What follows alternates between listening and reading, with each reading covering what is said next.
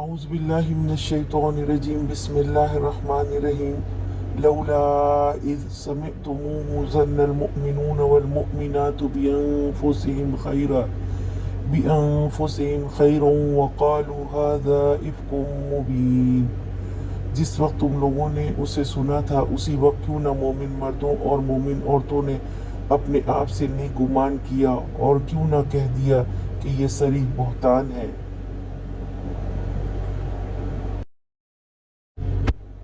یعنی مومن مرد اور عورت دونوں کو اس طرف توجہ دلائی جا رہی ہے کہ صفوان بن معطل کی جگہ مومن مرد خود کو رکھے اور سوچے کیا وہ ایسا کر سکتا تھا، اور مومن عورتیں حضرت عائشہ کی جگہ خود کو رکھیں تو کیا وہ ایسا کر سکتی تھیں؟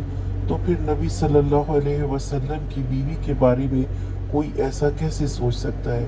یہ خاص واقعہ ہے جو عام زندگی میں پیش آئے تو ہمارا کردار کیسا ہونا چاہیے؟ یعنی لوگوں کو چاہیے تھا کہ اس بات کو سنتے ہی اس کی تردید کرتے اور اللہ کی پناہ مانگتے کہ کس ہستی کے بارے میں بات کی جا رہی ہے۔